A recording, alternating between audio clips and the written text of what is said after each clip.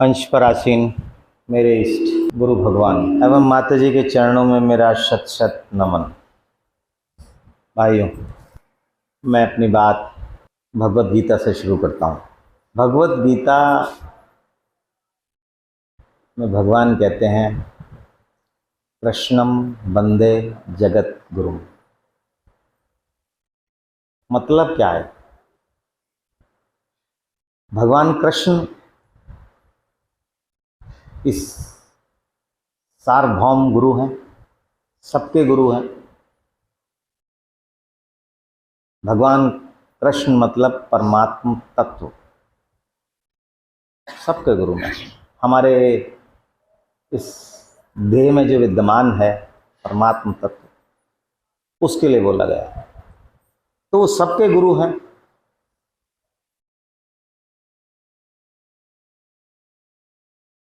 उनके अभी जन्म हुआ है, उनके जन्म को अगर हम देखते हैं, हम लोगों को एक शिक्षा मिलती है। उनके बाल सखा अवस्था को अगर देखते हैं, तब हम लोगों को एक शिक्षा मिलती है। जब वो इस धरा पर अवतरित हुए, तब एक शिक्षा मिली। जब वो जगत गुरु हुए, तब हमें एक शिक्षा मिलती है। और जब वो इस धरा से अपने धाम को गए, तब हमें एक शिक्षा मिलती। कभी हम लोगों ने सोचने का प्रयास नहीं करा। भगवान कृष्ण आधी रात में जन्म लिया। वो इस धरा पर जो अवतरित हुए, आधी रात में हुए। घनघोर रात की अवस्था ऐसी के सीधा हाथ उल्टे हाथ को न देख पाए। कभी सोचा है इसका मतलब? हम सब लोग जब इस धरा पर जन्म लेते हैं, तो वही विपत्तियां हमारे साथ भी जन्म लेती हैं।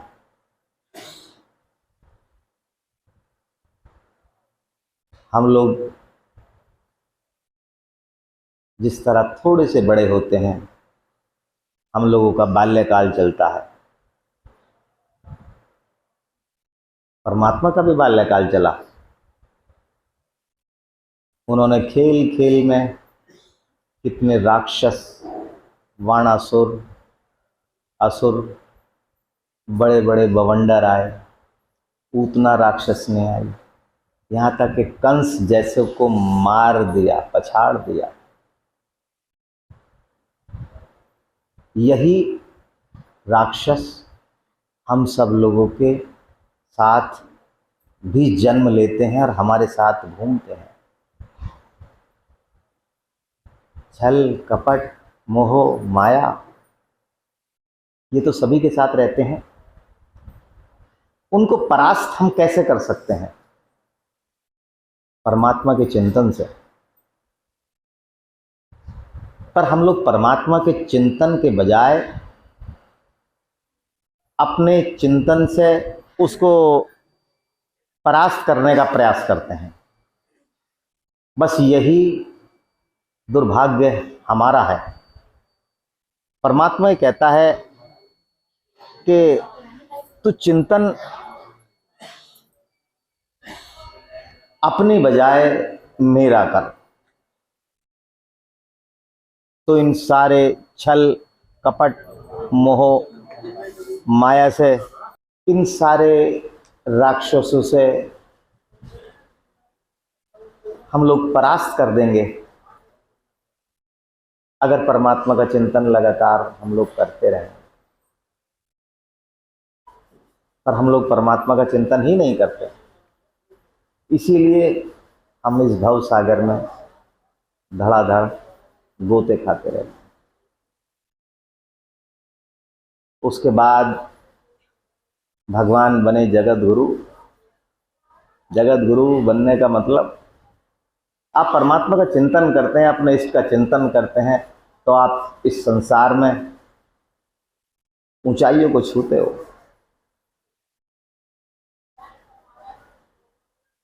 कठिन परिस्थितियों के बाद आपके पास यश आ गया, आपके पास धन आ गया, आपके पास वैभव आ गया, आपको दुनिया पहचानने लगी, जगत गुरु बन गए। पर किस तरह बन गए? परमात्मा के चिंतन से, परमात्मा के स्मरण से। परमात्मा कहता है जिस तरह मैं परमात्मा के अपने इष्ट का चिंतन करने के बाद यहाँ तक आया हूँ, तुझे भी ऐसे ही आना है। अब उनके इस संसार से जब वो शरीर त्याग करा, उससे भी हमें एक शिक्षा मिलती है। परमात्मा ने सोचा कि जिस कार्य के लिए इस भव सागर में जन्म लिया था, वो सारे कार्य पूर्ण हो गए। अब मुझे इस धाम को छोड़कर अपने लोक को जाना चाहिए। कहते हैं भगवान से हर्ष चले गए। अब ये बात अगर हम सब लोगों को जरा सा भी आभास हो जाए कि हमारी मृत्यु निकट है, तो हम क्या करेंगे? साधारण सी बात, एकदम अस्पताल में जाकर भर्ती हो जाएंगे। क्या हमें बचाओ, उधार लेंगे संसार से कि लाओ देंगे, जिएंगे तो देंगे, लाओ। किस लिए? परमात्मा कह रहा है कि जब मैंने जिस कार्य से मैं आया था इस संसार में, जिस कार्य से मैंने अवतरण लिया था इस संसार में, देह में को प्राप्त करा था, जिन जिन कार्यों को मैं के लिए मैंने देह ली थी, वो सारे कार्य मैं पूर्ण कर दिए। अब मेरा सब कार्य समाप्त हो गए, तो मुझे अपने धाम को चलना चाहिए। परमात्मा हमें भी शिक्षा देता है कि जिस जिस कार्य के लिए हमारे काम था वो पूर्ण हो गया, अब वापसी का टिकट आने वाला है, तो हम कहाँ भागते हैं? परमात्मा के चिंतन की तरफ नहीं भागते, हम डॉक्टरों के वेंटिलेटर की तरफ भागते हैं। वेंटिलेटर लगा, बचा, जितना पैसा है सब ले, बचा।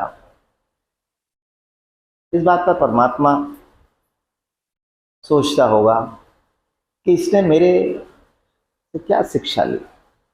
भगवत गीता का पाठ सुनता है, भगवत गीता का स्मरण करता है। आजकल भगवत गीता का पाठ होता है,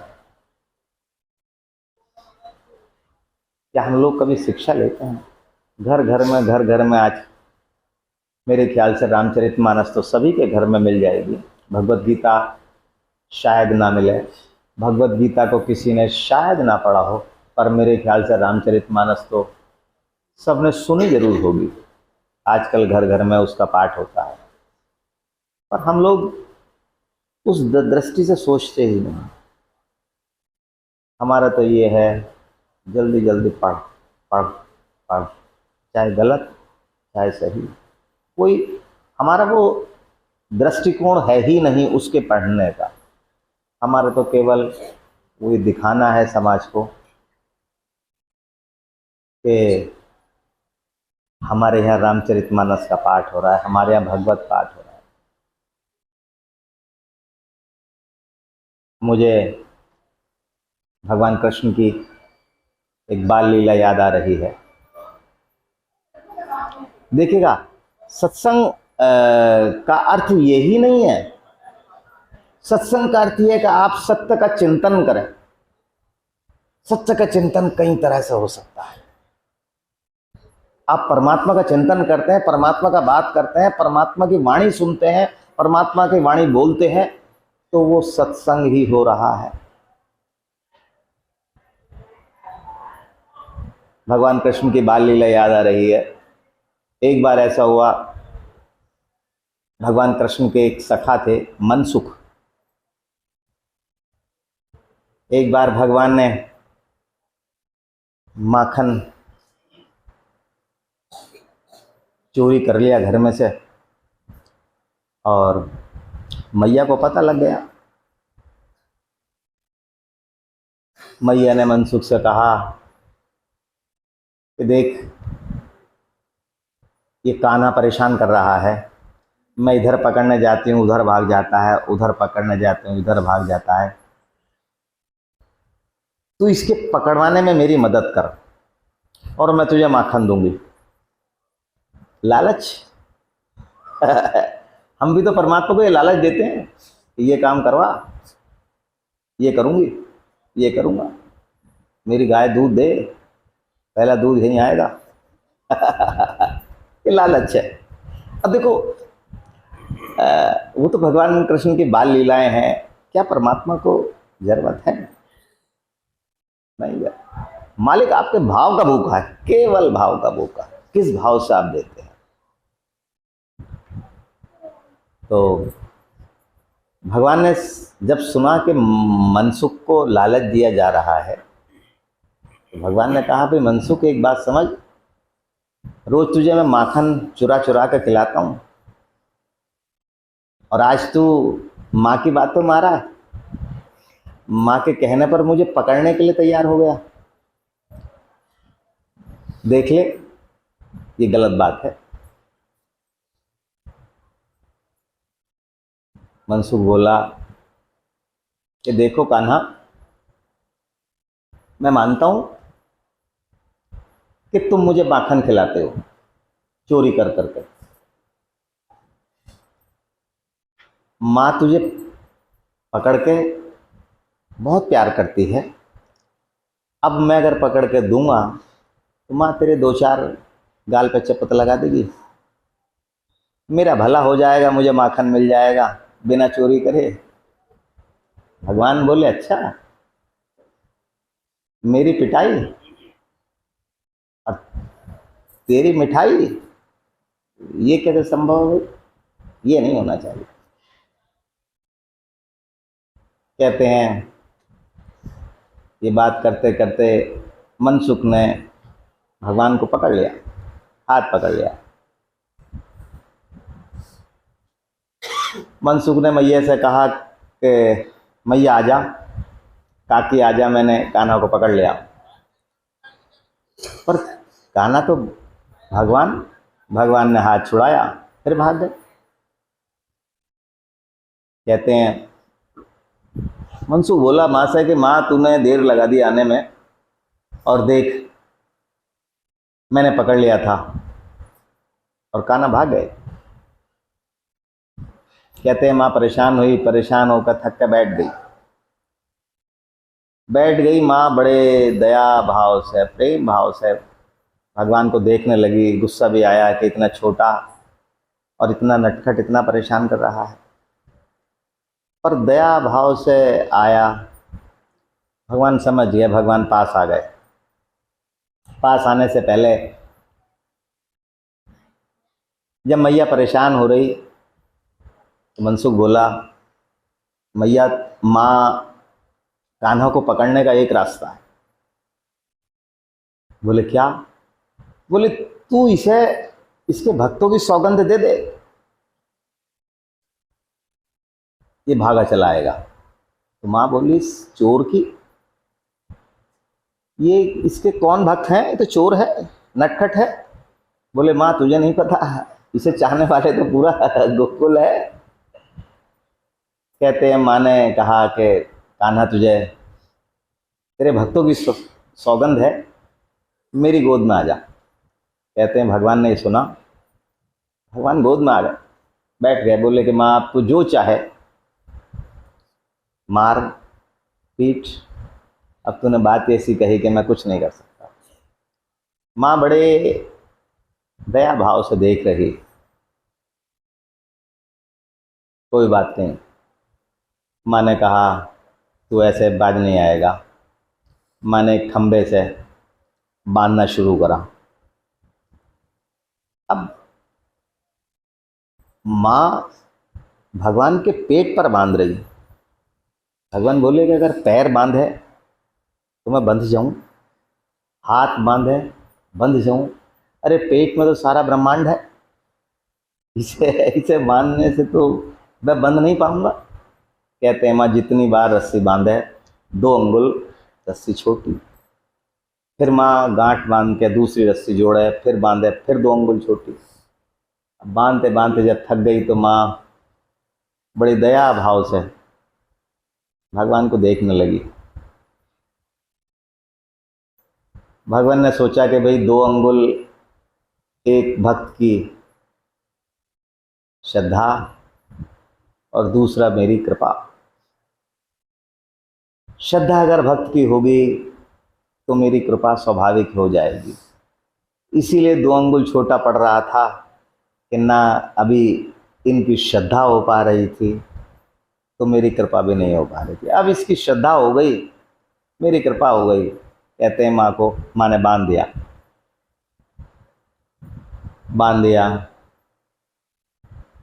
भगवान बोले, माँ बोली कि भाई तू नटखट, तू चोर, इतना परेशान करता है कि चोरी करता है और हाथ भी नहीं आता। भगवान कहते हैं माँ ये तुम्हारा भ्रम है, ये तुम्हारा भ्रम है। जिस तरह आज तुमने मुझे बांधा अपने प्रेम में, अपने विश्वास में, बार बार बांधोगी तो बार बार आऊंगा, बार बार पकड़ में आऊंगा।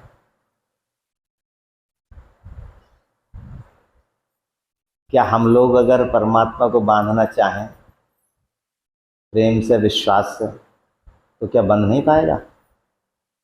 बिल्कुल बंध जाएगा। वो चाह रहा है कि बंध जाऊं, पर हम बांधना ही नहीं चाह रहे।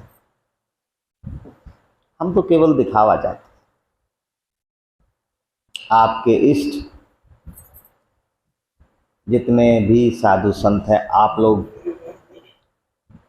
घर में आजकल टीवी पर ये कथावाचक बोलते हैं, बहुत लोग सुनते भी हैं। सबका लक्ष्य क्या है? सबका बात का सार क्या है? आप अपने इष्ट का श्रद्धा विश्वास से निरंतर चिंतन करते रहिएगा, निरंतर चिंतन करते रहिएगा। उस चिंतन से आपके इस लोक के कष्ट तो छोड़ो, परलोक के कष्ट भी स्वतः समाप्त हो जाते हैं। पर ये हमारे चिंतन में फर्क है। हम चिंतन नहीं करते। देखो, वास्तविकता यह है कि हम चिंतन ही नहीं करते, हम केवल आंख बंद करके दिखावा करते हैं। हमारा मन एकाग्र ही नहीं हो पाता है। मैं आपको एक उदाहरण देता हूं, फिर मैं अपने मालिक का बोला प्रसंग बोलूँगा। कभी कभी आपने देखा होगा कि आप सत्संग में बैठे हैं, ध्यान में बैठे हैं, तो बहुत तेज नींद आती है। एक भक्त है, वो मुझसे यही बात कहता है, परेशान है कि नींद बहुत आती है। पता है क्यों नींद आती है? उस समय आपका मन एकाग्र हो जाता है, दिमाग से विचार शून्य हो जाता है। जब विचार शून्य हो जाता है तो या तो आप समाधि की तरफ भागते हैं या आप निद्रा की तरफ भागते हैं। ये अवस्था है। पर हम लोग उधर जाना ही पसंद नहीं करते। हम लोग केवल दिखावा करना पसंद करते हैं। परमात्मा कहता है कि तू जिसे परमात्मा समझ रहा है वो बिल्कुल छलावा है। तू जिस संसार में तू लिप्त है वो सब छलावा है, वो मेरी माया है, वो मेरी माया है। और इससे बचाने वाला केवल मायापति है। भाई जिसकी माया अगर वो परेशान करती है तो मायापति के अलावा तो कोई बचा नहीं सकता। और हम मायापति को छोड़कर माया से ही, माया में ही लिप्त, माया में ही लिप्त,